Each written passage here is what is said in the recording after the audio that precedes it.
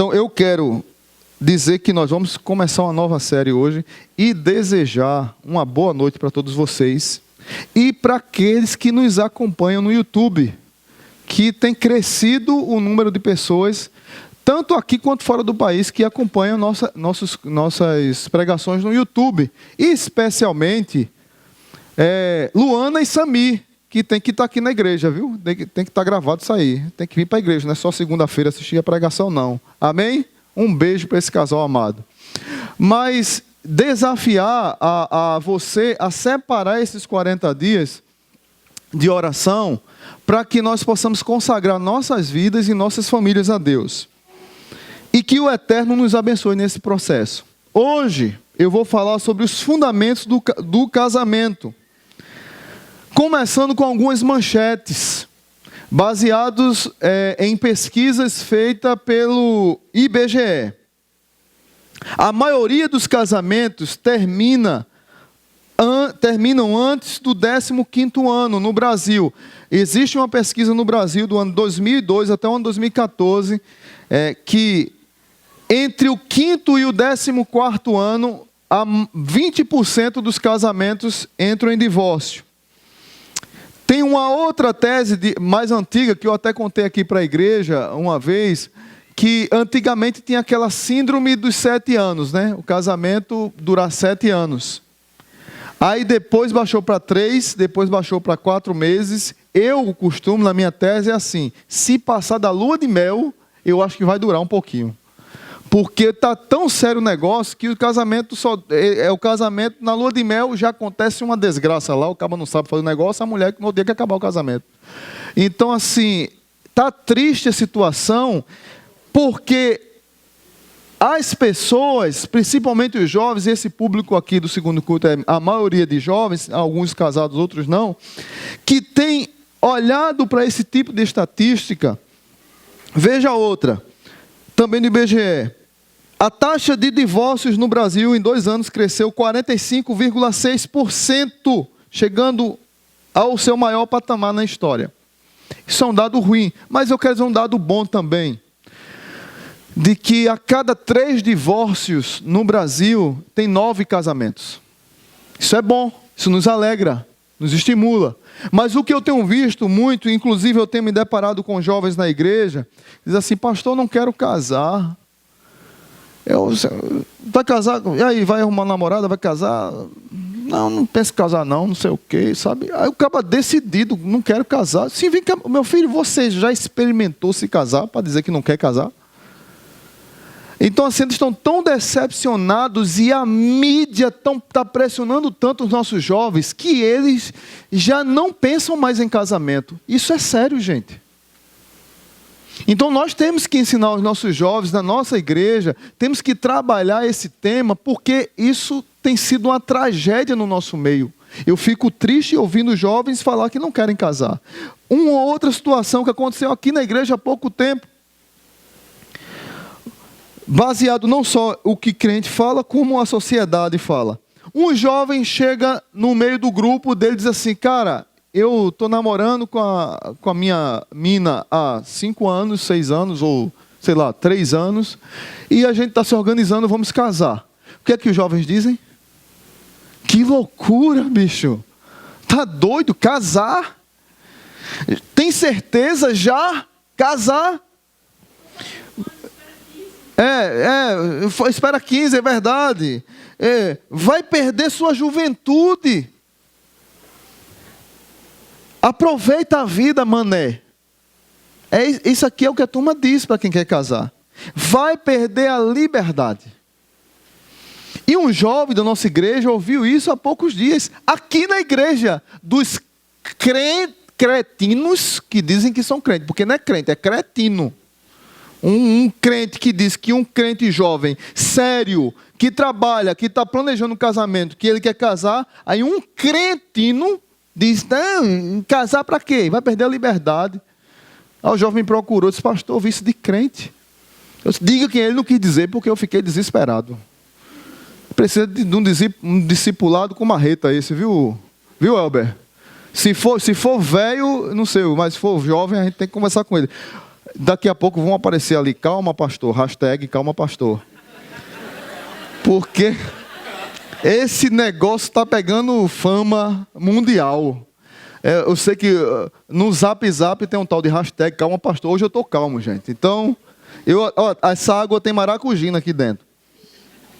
Mas, olhando para o que a sociedade tem dito para os nossos jovens, isso é sério que eu estou falando demais, porque eu quero pegar uma palavra de C.S. Lewis e de Tim Keller. Não confunda liberdade com individualismo. Porque muitas pessoas não querem casar porque elas são egoístas. E porque elas se acostumaram com essa sociedade egoísta, hedonista e pessimista em relação ao casamento. Porque o casamento dos meus pais não deram certo, porque o casamento dos meus familiares não deram certo, o meu não vai dar certo. Nós já tomamos posse de uma maldição que nem começamos, nem tentamos, nem tratamos nossas feridas. E aí a gente já coloca um parâmetro sobre o casamento extremamente elevado e sem querer se doar, e nós decidimos viver no pessimismo. Não quero casar. Esse é um problema que a sociedade tem passado. Tim Keller diz assim: evitar o casamento para simplesmente porque não se deseja perder a liberdade é a pior coisa que alguém pode fazer com seu coração. Pior coisa. E aí ele baseia isso numa palavra de C.S. Lewis. C.S. Lewis escreveu as Crônicas de Nárnia, que eu sempre falo aqui para vocês. Leiam as Crônicas de Nárnia. Assistam o filme As Crônicas de Nárnia. Leiam C.S. Lewis, principalmente os jovens. Leiam, abençoem a sua vida. Você vai crescer muito ouvindo esse homem, que era o maior filósofo do século XX, que era ateu e se converteu ao Evangelho. C.S. Lewis escreveu um livro chamado Quatro Amores. E nesse livro ele diz uma coisa que mexe muito comigo, e eu queria compartilhar com vocês. Preste atenção na leitura. Ame qualquer coisa e certamente seu coração será atormentado. E possivelmente partido. Para certificar-se de mantê-lo intacto, não o entregue a ninguém, nem mesmo a um animal. Envolva-o cuidadosamente com passatempos, pequenos luxos. Evite qualquer complicação. Pegue o seu coraçãozinho e guarde com segurança num cofre ou num esquife. Proteja-o do mundo, proteja-o das pessoas. Mas esse esquife e esse cofre, na verdade, é o seu egoísmo. Nesse cofre seguro, sombrio, inerte e sufocante, o seu coração se transformará. Ele ficará tão duro que ele não se partirá. Mas se tornará indestrutível, impenetrável, irredimível. A alternativa a uma tragédia, ou pelo menos ao risco de uma tragédia, é a condenação eterna. E aí ele conclui de maneira espetacular. O único lugar, além do céu, onde se pode estar perfeitamente salvo de todos os riscos e perturbações do amor, é o inferno. O único lugar, além do céu, onde se pode estar perfeitamente a salvo de todos os riscos e perturbações do amor, é o inferno. Eu acho que Lewis, quando escreveu isso aqui, ele estava pensando em pessoas amarguradas, pessoas com coração azedo, pessoas enraivecidas por decepções, pessoas com medos do fracasso dos outros, ou talvez dos seus próprios fracassos, que pegaram seus corações e colocaram no esquife, colocaram num invólucro, colocaram num cofre, mas na verdade é o cofre do egoísmo, e essas pessoas deixaram esse coração petrificar. E eu vejo muitos jovens, eu fico triste com esse tipo de comportamento tão perfeccionista às vezes, até querendo selecionar a mulher ou o homem perfeito para o casamento. Não, eu quero casar com um homem desse jeito, mas o homem que essa mulher enxerga é o da novela, é o do cinema, é o artista, é o jogador de futebol. A mulher que o cara quer namorar é aquela sedutora que ele viu no cinema. É aquela que perturba nas noites dele sozinho e frias. Quando ele está agarrado beijando o travesseiro. Então ele imagina aquela mulher e ela imagina aquele artista. E eles ficam procurando perfeição, onde não existe perfeição, porque eles têm que olhar no espelho e saber que eles não são perfeitos. E saber que casamento é o local que Deus criou para nós amadurecermos. Deixa eu dizer para você que está procurando gente perfeita. Cuidado para não ficar para titia. Cuidado para não ficar para titio. Amém? Amém? Cuidado. Você viu os jovens, as jovens? Cuidado. Você está procurando o boy perfeito, você não vai achar. Claro que você tem que ter um padrão. Daqui a pouco a gente vai falar do padrão. Mas cuidado com esse perfeccionismo que lhe perturba, que na verdade é fruto do seu egoísmo, fruto de decepções que você passou na vida. Isso tem prejudicado muita gente. Abra comigo Gênesis capítulo 2, por favor. Eu queria falar sobre os fundamentos de um casamento.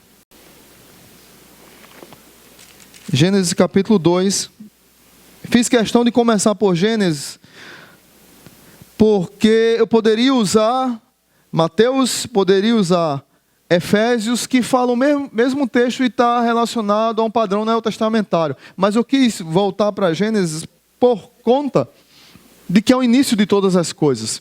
E lá no início de todas as coisas, quando Deus criou o mundo, quando Deus criou o homem, Ele já instituiu, após Deus celebrar a primeira cerimônia de casamento, Deus já instituiu os parâmetros para um casamento.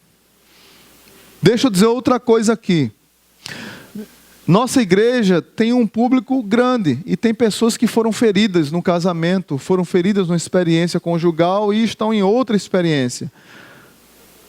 Tudo que eu vou falar aqui é com amor. Não se sinta ferido, não se sinta machucado. O que eu mais quero aqui é que o seu casamento se estruture no que eu vou falar e que os jovens não entrem no divórcio. Que os casais casados da igreja, já os mais maduros, os mais jovens, não entrem no divórcio. E você que já passou por isso, em nome de Jesus, não se sinta machucado nem atacado. Eu entendo a sua dor e sei o que você passou, porque já acompanhei algumas pessoas nesse processo. E sei o quanto você sofreu e espero que não sofra mais, que Deus já tenha curado seu coração. Mas a gente tem que estruturar a igreja, as bases da igreja, as bases da família, porque eu estou extremamente preocupado com nossa juventude e com casais que não estão nem aí para o casamento. Não sei por que casaram. Não estão nem aí para os seus cônjuges. Era melhor não ter começado, para começar e fazer o que está fazendo alguns. Gênesis capítulo 2, a partir do verso 21. Veja o que aqui diz a palavra. Então o Senhor Deus fez o homem cair em profundo sono, e enquanto ele dormia, tirou-lhe uma das costelas, fechando o lugar com carne. Só um detalhe aqui. Deus tinha mandado Adão dar nome aos animais. E Adão estava animado. Mas ele sempre olhava e via um animal macho e uma fêmea. E ele disse, cadê a minha? Tem alguma coisa errada. E eu acho que aí Deus ficou mandando lá as fêmeas. Ele ficou olhando uma vaca, uma boia, uma leoa, uma avestruz. Só as femininas. Ele disse, meu Deus do céu, isso não dá para mim, Senhor. Aí o que foi que Deus fez? Deus deu a ele maracujina. Ele dormiu. Quando ele acordou, tinha uma mulher de frente dele. Veja o que Adão fez. Que coisa linda. Verso 22. Com a costela que havia tirado do homem, o Senhor Deus fez uma mulher e a levou até ele. Disse então o homem, esta, sim, acertou. É como ele fez uma declaração apaixonada. A ideia aqui é de que é uma declaração de amor mesmo. Que declaração de amor, hein? Linda. Para quem já leu Machado de Assis, Vinícius de Moraes, alguns outros poetas, veja o que Adão diz. Esta, sim, é osso dos meus ossos, é carne da minha carne. Ela será chamada mulher, porque do homem foi tirada. Adão enxergou Eva, ele ficou doido. Ele olhou e disse, cara, o Senhor acertou em cheio. Uhul! Foi isso que Adão fez. Ele, como diz aquele do boneco que a gente viu aqui, ele foi para a galera, aí eu vou para a galera. Ele viu, sabe por que ele foi para a galera? Veja o verso 25. O homem e sua mulher viviam. E Deus colocou a mulher na frente dele e ela estava nua. O cara ficou, foi doido, desesperado. Agora, Senhor, muito obrigado. Louvado seja Deus. Essa é carne da minha carne, é osso do meu osso. Quando você, uma declaração de amor linda para você dizer para sua esposa à noite. Amor, você é carne da minha carne. Ela vai ficar derretida. Você é osso do meu osso. Ela vai ficar encantada. Você ganhou a sua mulher. No pé do ouvido lá. Só com essa frase. Hashtag você é carne da minha carne.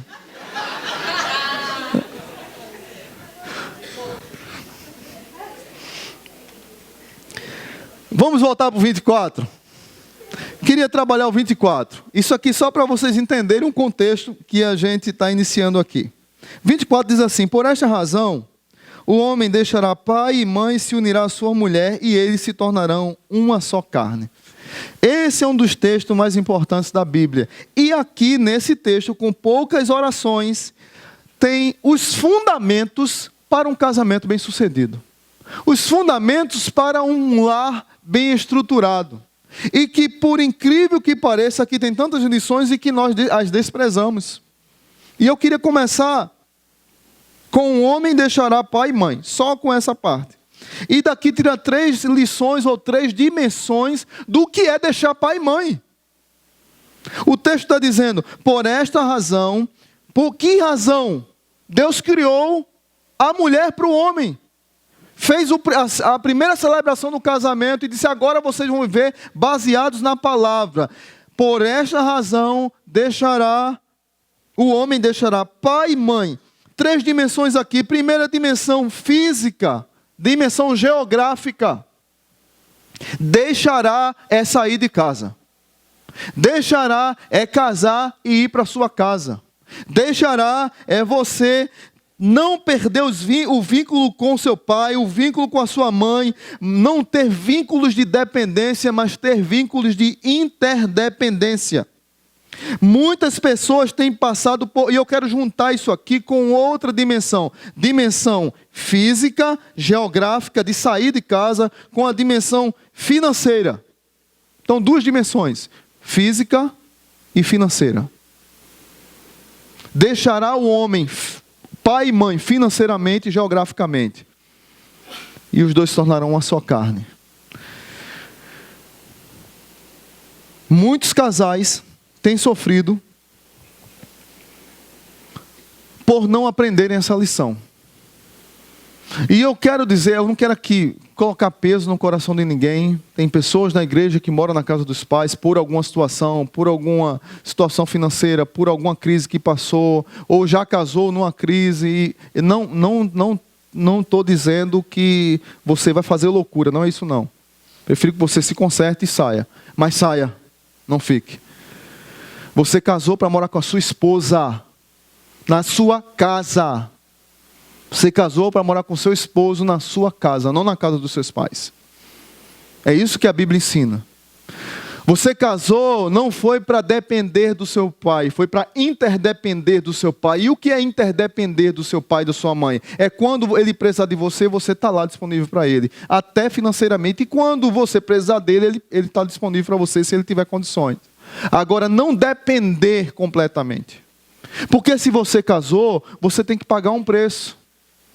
Tem até um ditado que minha avó dizia, quem casa, vocês sabem já, precisa dizer isso. Pague o preço. Tem um professor no seminário, homem de Deus, 87 anos mais ou menos, ele dizia em lágrimas, quando eu saí dos Estados Unidos com a minha esposa, tudo que nós possuíamos cabia no nosso carro. E ele dizia isso chorando, porque o pai dele, e o americano tem essa cultura, de 18 anos, bota o filho para correr, para que ele aprenda a viver a vida, né? E ele sofreu muito no início, mas ele agradece aos pais pelo ensino para que ele lutasse pelas suas próprias coisas.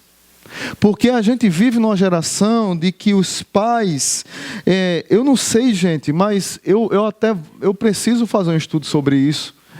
A geração pós-guerra é uma geração que é escrava dos filhos. Ela é uma geração que os pais sofreram muito, não tiveram nada, então ela é uma geração que cresceu, que conseguiu algumas coisas, e quando ela conseguiu algumas coisas, ela faz tudo para que o filho tenha tudo, e que o filho não lute por nada. Então o filho se acostuma. Eu já tive que dizer aqui na igreja uma vez que para alguns pais e para algumas mães, eu já tive que conversar com alguns aqui, a sua casa não é motel para o seu filho.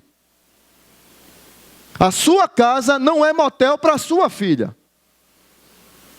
Porque a sociedade, com medo de impor limites, de corrigir erros, tem aberto a mão para os filhos e tem dado tudo aos filhos e tem estimulado os filhos a não lutarem, a terem tudo nas mãos.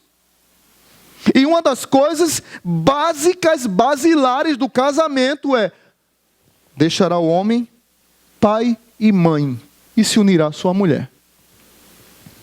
E tem uma coisa que tem me preocupado demais aqui na igreja, e eu queria compartilhar com vocês. Semana eu estava compartilhando com alguns irmãos. E eu coloquei aqui bem grande: alerta. Tem me entristecido muito o fato de ver jovens, homens, estou falando dos meninos, que não têm interesse de estudar, que não lutam por uma profissão, que não querem crescer, que não querem desenvolver na vida, que são viciados em tecnologia, mas não querem crescer. Tantos jovens que são paparicados, estragados por suas mães e por seus pais. Alguns mais pelas mães, alguns mais pelos pais. As mulheres quase que me batiam no primeiro culto, porque disseram: o senhor só falou das mães. Eu disse: eu falei até de mim mesmo. Como é que eu só falei das mães? Mas porque carapuça quando cai, não é? Mas o que tem muito aqui são jovens, falando dos homens, meninos, em nome de Jesus, abra a mente de vocês. Não gostam de estudar, porque são muitos paparicados pelos pais. Tem tudo e acham que sempre terão. Acham que os pais sempre estarão vivos. Acham que os pais sempre estarão lá com um cartão para dar para eles. Mas um dia vai acabar que o pai e a mãe vão morrer. E aí, como será? Isso é um lado da Igreja Batista Zona Sul. Qual é o outro lado? São jovens que não têm condições, não têm oportunidade, porque os pais não têm dificuldades, e eles se vitimizam. Trabalham com autocomiseração. Eu nunca tive oportunidade, as portas nunca foram abertas para mim. Deixa eu dizer uma coisa para vocês: autocomiseração é pecado. Bem como ter tudo e não fazer nada é pecado. Os dois estão errados. Então nós temos aqui na igreja jovens que têm tudo e não valorizam. E eu digo aqui para vocês, já disse, vou repetir: eu queria ter 10% de condições financeiras que muitos jovens aqui têm. E que não valorizam, que não querem crescer, que não querem estudar, que não querem aprender. A minha pergunta para você, meu amigo, é: você quer casar como? Qual é a menina que vai querer namorar com você? Porque as meninas aqui da igreja, a maioria das meninas da nossa igreja estudam muito. E aí está um padrão meio troncho, biblicamente falando. As mulheres estão lá em cima e os cabas estão lá embaixo. E isso tem me preocupado como pastor da igreja. Porque deixa eu dizer uma coisa para vocês: se eu fosse mulher, meu amigo, eu não namorava com você não. E se eu ia ser uma mulher bonita, você ia perder um pedaço. Porque olha o tamanho do negão. Ia ser uma mulherona. Eu não namorava com você não. Porque, meu amigo, você não quer estudar? Não dá para mim não, não cola. Porque a única coisa que você estuda tanto e não tem nada, meu amigo, e quem não estuda? Está entendendo? Então, em nome de Jesus, meninos, valorizem o que o Pai de vocês dá a vocês. Pare de dizer que você não tem condições. Eu estou tão preocupado com isso que eu falei com vários psicólogos da igreja. O que é que nós, como igreja, podemos fazer para trabalhar a vida desses meninos, para mostrar para eles que a mente deles, quem criou foi Deus. E se foi Deus que criou a mente deles, eles podem estudar, podem aprender, podem crescer, e ainda é tempo. Então não venha para mim com autocomiseração, porque eu não gosto muito de contar minha história, porque é muito trauma para uma pessoa só. Mas eu trabalho desde 6 anos de idade. Eu trabalhava numa lambreta. Quem conhece aqui lambreta? Moto que dá ré. Pronto, eu trabalhava na lambreta. Eu ficava em cima do tanque de gasolina da lambreta, assim, segurando o bagageiro e o motorista aqui no meio. 6 anos. Nós íamos para a usina Jaboatão vender suco, coxinha, vender refrigerante, vender cachorro-quente. Aprendi a fazer coxinha, eu tinha 6 anos de idade. 6 anos. Cresci trabalhando para ajudar em casa, filho de pai alcoólatra, mãe semi-analfabeta, sem estrutura nenhuma, família miserável, desestruturada, bagunçada.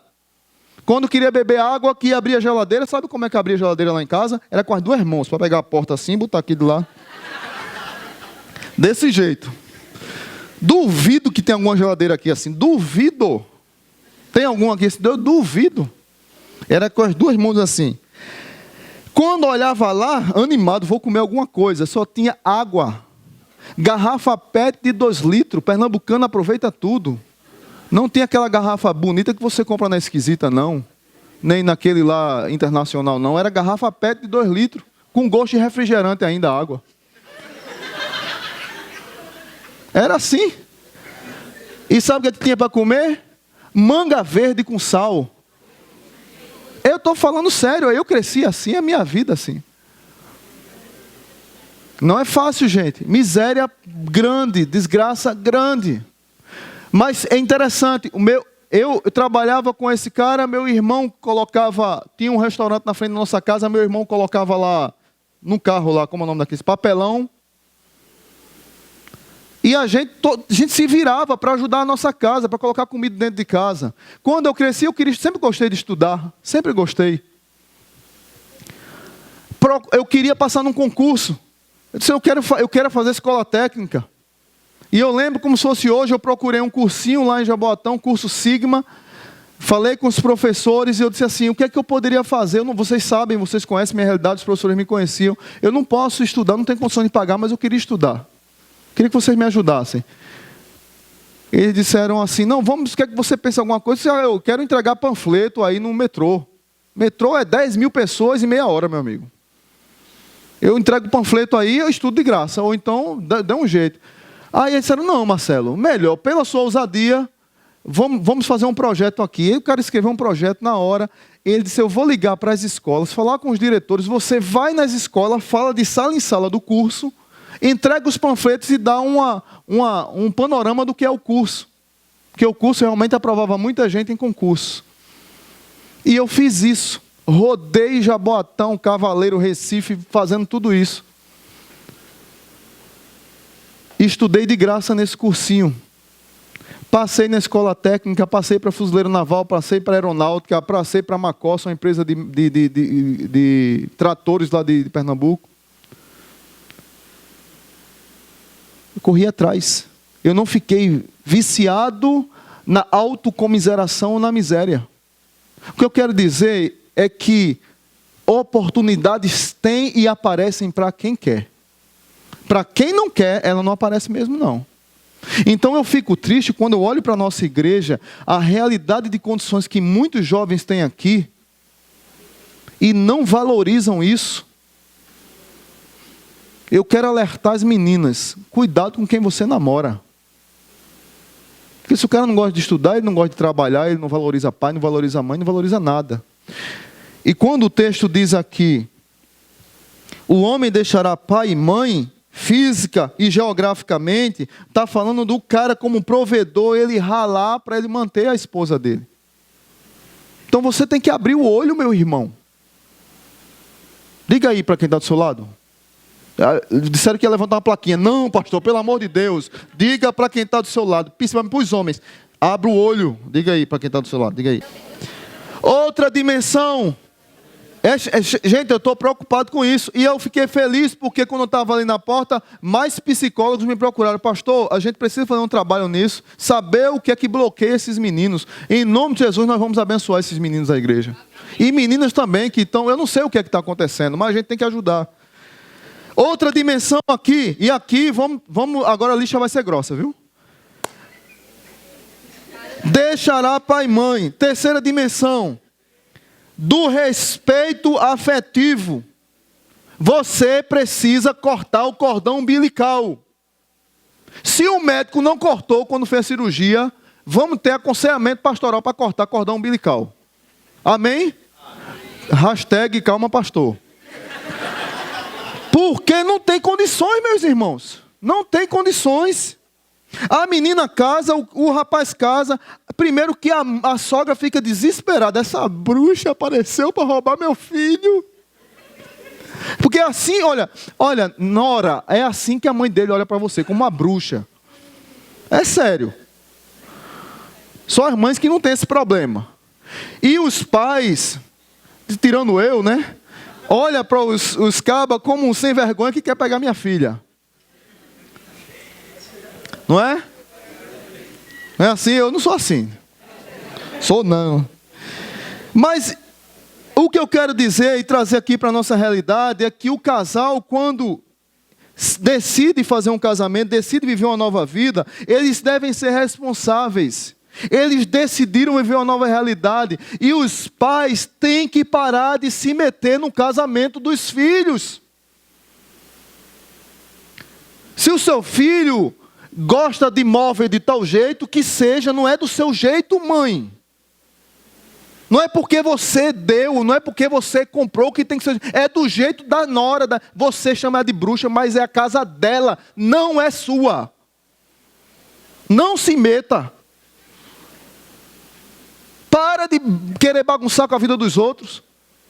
Por isso que as mães ficaram com raiva de mim, né? Não entendendo por que agora, né? Pai também. Porque às vezes a gente senta para aconselhar o casal, quando vai descobrir o problema não está neles, está nos sogros. Que é isso, nos pais? Não pode, gente.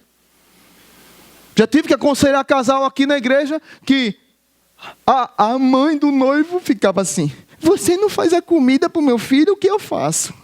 O bichinho está ficando magro. O cara com 150 quilos já. Ele está emagrecendo. Porque você não cozinha do meu jeito. O cara quer saber, o cara está namorando, minha filha. Ele nem come direito. Aí o que acontece? Mães que têm a chave, ou pais têm a chave do apartamento do casal, e entram lá naquela hora H. Aí sai, meu Deus do céu, os dois estavam nus, claro! Se não pode não? E tem hora? É quando eles quiserem, minha filha. É lua de mel, 3 anos de lua de mel, tem que aproveitar mesmo. Aí você que chega, você que foi inconveniente. Porque a menina não passa a roupa do seu jeito, ela estuda, ela trabalha o dia todo. Ela, graças a Deus, tem condição de pagar uma pessoa para lavar, amém? Agora para com isso. Porque às vezes a mãe fica com essas coisas, o pai também fica com essas coisas, e acaba atrapalhando o casamento, pelo amor de Deus. Eu participei de um casamento com o pastor Sandro uma vez, e marcou muito a minha vida, porque estava lá o casal e ele fez questão de chamar a mãe do noivo na frente. O noivo estava no segundo casamento, e ele fez questão de chamaram a mãe do noivo na frente, e ele olhou para ela, olhou no olho e disse: você libera seu filho para a sua nora? Em nome de Jesus, diante de Deus e diante da igreja, diante do seu filho, diante da sua nora, você libera o seu filho, porque foi ela que acabou o casamento do primeiro casamento. E o pastor foi muito macho. Se eu tivesse 10% daquela macheza dele, vocês iam botar hashtag vezes 4 aí. Porque aí a mãe lá, aí todo mundo é irado. Como é que o pastor expôs publicamente a mãe? Como é que o pastor faz um negócio desse? Mas ninguém quer saber do que a mãe fez no primeiro casamento. Está entendendo? Às vezes o pastor paga um preço por confrontar algumas coisas que ninguém sabe. Não, mas não expor não, gente. É fundamental um casamento. É honrar o que a Bíblia fala para o casamento. O casal casou, não tem que mãe estar se metendo no bedelho, não. E a filha dá um espirro. O que foi, filha? O que está acontecendo? O que ele fez com você? Ela está doente, minha filha. Ela vai tomar um remédio e passa. E quando estão brigando, deixa brigar. Se não tiver violência, deixa brigar. Que quando chegar na cama, resolve tudo. Eles vão estar assim, cadê? A gente estava brigando por quê mesmo? Nem lembra. É assim, gente. Casamento é assim. Tem crises, tem problemas, mas deixa os dois se resolver, deixa os dois crescer. Casamento é o melhor lugar que Deus criou para amadurecer pessoas. Vejo os jovens com 18 anos dizendo que são maduros. Maduro, meu filho, você tem que tirar a catinha do mijo ainda. Que maduro, nada. Quer ser maduro, case. Porque num casamento você amadurece, porque você aprende a abrir mão, você aprende a perdoar, você aprende a pedir perdão. Você aprende a dormir com uma pessoa olhando para ela, que você está irado com ela, e ela com você, e você tem que dormir na mesma cama, como eu disse aqui no primeiro culto. Uma vez eu fui dormir com Geisa, aí eu sonhei com Smigol. Tanta coisa para sonhar. Com Smigol, eu estava o Senhor dos Anéis na minha mente lá, eu apaixonado pelo Senhor dos Anéis. Aí Smigol com um dedo de fogo assim no meio da gente. Aí eu acordei pulando e disse, que foi, menino? Que foi? Eu disse, foi Smigol, foi Smigol, foi Smigol. Aí, eu disse, tanta coisa para sonhar. Logo com Smigol, que bicho horroroso daquele. Mas eu continuo gostando do Senhor dos Anéis. Teve uma época que eu fiquei tão temeroso que eu disse, ó, o Senhor dos Anéis é a cor do diabo, que eu me atrapalhou. Mas não, é a minha mente que estava cheia de problema. Então, queridos, casal vai casar brigado, mas se resolve. Se resolve. Fundamentado num casamento, 3 dimensões. Deixará o homem geograficamente pai e mãe. Deixará o homem geograficamente, fisicamente pai e mãe. Deixará o homem emocionalmente, afetivamente pai e mãe. Corta o cordão umbilical em nome de Jesus. Pais e mães que passam o tempo todo com os filhos crescendo, dormindo no meio da cama, são uma desgraça para o seu casamento. Acaba com isso. O filho tem que dormir na cama dele. Você tem que dormir com a sua esposa na sua cama, não é com o seu filho no meio da cama não. Só se ele estiver doente. Se não tiver, tira, bota ele para correr de lá. Que aí vem a segunda parte. Se unirá a sua mulher. A ideia aqui é de relação sexual mesmo. Deus preparou a relação sexual. Deus uniu o casal para ter relação sexual. Deus preparou a relação sexual apenas para o casamento. Então, quer transar, meu amigo e minha amiga? Seja homem, seja mulher e case. Para com essa história que a sociedade está vomitando aí, à torta e à direita, de que pode. Sexo não é para menino. Sexo não é para menina, sexo é para homem e para mulher que querem assumir uma responsabilidade diante de Deus e das pessoas. E querem casar e dizer para o mundo, dizer, a gente tem responsabilidade, a gente está fundamentado na palavra, a gente vai casar. Isso quem deve fazer sexo é essas pessoas. E sexo é bom demais. E aí tem outro problema. Quando o texto diz se unirá a sua mulher, tem 2 propósitos. Primeiro, demonstração física do amor. No sexo, no carinho. Não aquela coisa egoísta de eu me satisfazer. Só preocupar comigo mesmo. Que é o que a sociedade tem ensinado. Aí o que é que tem acontecido? Dia desses eu assisti uma série. Eu estava zapeando, não assisti a série, assisti um capítulo só. E caiu justamente nesse dia. Gabriela, faz tempo, faz uns 3 anos que ela passou. Aí estava lá aquele ator José Wilker com a esposa dele, eu acho que era Maite Proença. E marcou tanto essa cena que ela chegou perto dele assim. Aí ele estava lá, ele era brabão, tipo coronel, alguma coisa. Ele disse para ela assim: vá se preparar que eu vou te usar hoje. Que é isso, homem? É um cavalo? Que desgraça é essa? Vá se preparar que eu vou te usar hoje. Foi mais ou menos isso. Mas acontece isso hoje. Como se a mulher fosse objeto do meu desejo. Ou como se eu fosse objeto da minha mulher. E as pessoas fazem pensando em si mesmas. E a ideia do sexo não deve ser egoísta. Os dois devem ter em mente o desejo de satisfazer um ao outro. Aí o que é que acontece? 1 Coríntios capítulo 7 diz assim: a mulher não tem autoridade sobre o seu próprio corpo, mas sim o marido. Da mesma forma, o marido não tem autoridade sobre o seu próprio corpo, mas sim a mulher.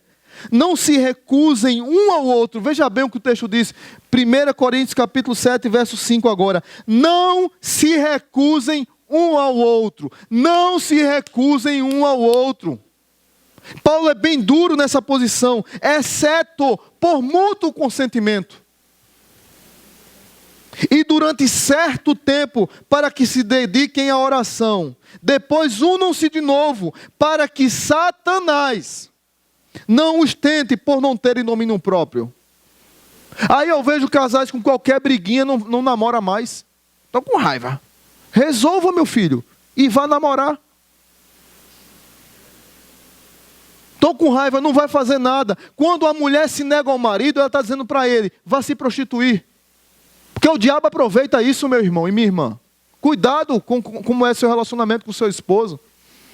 Você que se nega para o seu marido, que sempre tem uma justificativa. Mesma coisa o inverso. Você, homem, que nega o sexo à sua esposa, você está dizendo para ela: olha, o primeiro galanteador que aparecer na frente, que tem uma palavra do inferno que vai chegar no coração dela, se aproveite dela. Você está jogando sua esposa para outro homem. É isso que a Bíblia está dizendo, não é outra coisa que a Bíblia está dizendo. E a gente tem que tratar a sério essa situação do sexo num casamento.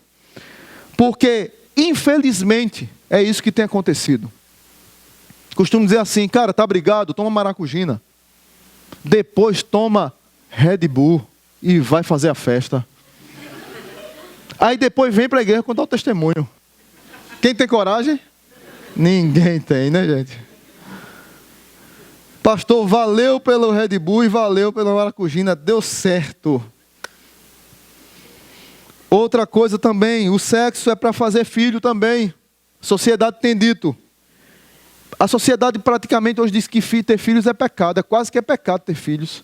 Filho é bênção de Deus, irmãos. Os filhos são herança do Senhor, uma recompensa que Ele dá. E por último, eles se tornarão uma só carne. A ideia aqui é uma ideia de para sempre. Que os dois serão uma só carne, unidos para sempre, uma só carne. Tanto é que eu brinco aqui sempre com os casais, quando é aniversário de um ou do outro. Quando é aniversário do homem, eu ligo, e se a mulher atender, eu digo: parabéns, feliz aniversário. Sempre elas dizem assim: mas não é meu aniversário. Eu digo: mas não é uma só carne? Não é assim que eu faço? Porque aniversário dos dois é uma só carne. É uma festa. Casamento é celebração, é festa, é manifestação da glória de Deus. Casamento é uma dança. É como a Trindade é uma dança perfeita, conjunta, os passos corretos, na forma correta, o tempo correto. O casamento, apesar de todas as crises, todas as intrigas, quando ele é fundamentado na palavra de Deus, com tudo isso, a dança flui. Mas muitos casais já se casam pensando em divorciar. Muitos já se casam sem compromisso, só falando das dificuldades, só falando das tristezas. Muitos já se casam, tem um livro que diz assim: o casamento acaba no namoro. E ele defende a tese, porque muitos casais já casam assim: minha conta bancária, a sua conta, o meu cartão, o seu. o meu carro, o seu apartamento. A minha geladeira, a sua máquina de lavar. Porque se separar, já está tudo no nome e só é ali separar e pronto. Por que nós, como igreja, não damos testemunho para o mundo? De ter uma conta conjunta. De ter um cartão para a família. Se a sua mulher gasta muito, meu amigo, não dê cartão para ela, não. E se é você que gasta muito, deixa ela usar o cartão e você não use. Tem que ser assim, não é casa, é uma só carne. Parar com isso, já casa se separando, já casa dando mau testemunho, já casa pensando em separar. O que é isso, gente? Sabe o que tem acontecido? E aí a minha palavra para vocês, de conforto, de alento. Temos que ter muito carinho ao falar desses assuntos, para não machucar quem já está machucado ou quem já foi ferido num divórcio. Mas nós não podemos deixar de falar desse assunto, porque tem muitos jovens aqui, e tem muitos casais aqui, que estão em crise. E tem uns que não estão, e a minha oração é que solidifique, fundamentando o seu casamento, e fundamentando os futuros casamentos, e restaurando aqueles que estão balançados. Mas tem uma situação que eu fico triste no divórcio, porque eu converso com pessoas, e talvez quem sofre mais no divórcio são os filhos. E você não pode rasgar as fotos. Nas fotos tem você, o seu ex-cônjuge e o seu filho. Ou sua filha, ou os seus filhos. Não dá para rasgar as fotos. Que nossos momentos felizes com nossos cônjuges e filhos não fiquem apenas na fotografia. Eu lembro de uma música de Lenine. Lenine tem uma música linda, chamada Distantes Demais. E ele fala de uma separação. E ele diz assim: somos somente a fotografia. Dois navegantes perdidos num cais, distantes demais. Somos instantes, palavras, poesia. Dois delirantes ficando reais, distantes demais. Noites de sol, loucos de amar. Quem poderia nos alcançar? E aí ele expressa a alegria do romance, do namoro, da brincadeira, da dança no casamento. Noites de sol, loucos de amar. Quem poderia nos alcançar? Éramos tão apaixonados que ninguém nos pegava. Mas aí ele continua assim: eu e você, sem perceber, fomos ficando iguais, longes, distantes demais. Somos somente a fotografia. Quando eu falo de fundamentos do casamento, queridos, é para que nós não sejamos apenas uma fotografia que quando a gente olha, nos machuca. Que Deus abençoe seu casamento. Que Deus abençoe sua família. Santo Deus, eu queria agradecer ao Senhor por essa noite. Agradecer porque o Senhor tem desafiado a tua igreja a orar pelas famílias da igreja. O Senhor tem desafiado a igreja a clamar por nossos filhos, por nossos jovens, pelos casamentos, pelos futuros casamentos, pelos noivados, pelas relações de namorados, de noivos. Pai, o Senhor tem abençoado nossa igreja com tanta gente linda, tanta gente especial que tem buscado o Senhor, que tem entendido os valores do reino de Deus, que tem entendido o valor de ser servo do Senhor, o valor de ser discípulo de Jesus. E é tão importante, ó Pai, fundamentarmos algumas coisas, especialmente, talvez a segunda decisão mais importante na vida de uma pessoa, depois de decidir-se por Cristo, depois da salvação, é o casamento. E o casamento tem que estar bem fundamentado, Senhor, em várias áreas. E nós lemos um texto com algumas poucas palavras que tira tantas lições, que sendo aplicadas em nossos casamentos, quantas coisas mudariam. Que sendo aplicadas no início do casamento, quantas coisas erradas deixariam de ser efetuadas. Que sendo aplicadas já depois de casado, quantos pais deixariam de atrapalhar o casamento, o relacionamento dos filhos. Quantos filhos cresceriam na graça e no conhecimento do Senhor, compreendendo que o casamento tem fundamentos dados pelo próprio Deus já para Adão e Eva no início, na palavra, na criação. E que esses princípios têm poder, têm forças até hoje. De se tivermos coragem de nos submetermos à palavra, muitas coisas mudam na nossa vida. O problema é que nós falamos que somos de Cristo, nós falamos que somos discípulos de Jesus, nós falamos que amamos o Senhor, mas quando se fala em submeter à palavra do Senhor, muitos de nós desistimos da caminhada. E ser discípulo de Jesus também não é fácil. Também é um casamento. Pai, que o Senhor estimule a tua igreja, os jovens, os pais, os filhos, os mais velhos, os mais novos, a aplicar essas verdades às suas vidas. Abençoa os casamentos dessa igreja, abençoa os noivados, os namorados dessa igreja. Protege-os de toda ação maligna. Protege os casamentos, ó Pai, da mulher adúltera. Protege os casamentos do homem adúltero e sedutor. Abençoa os casamentos, ó Pai. Quebranta os corações. Se tem vidas que estão erradas nessa área, que tem mentido para o cônjuge, adulterado com o cônjuge, ó Pai, que o Senhor repreenda toda ação do maligno nessas vidas. E que haja quebrantamento, confissão de pecado, haja arrependimento verdadeiro, haja restauração, que haja perdão. Pai, abençoa os jovens que muitos não querem lutar pela vida, talvez porque tenham tudo. Que eles compreendam que eles precisam arregaçar as mangas e lutar para conquistar. Homem, guerreiro, macho, que compreende o valor de ser homem, de correr atrás das coisas. Pai, nos ajuda a ser uma igreja que expande o teu reino na prática e que as pessoas possam olhar para nós e sentir o cheiro do bom perfume de Cristo.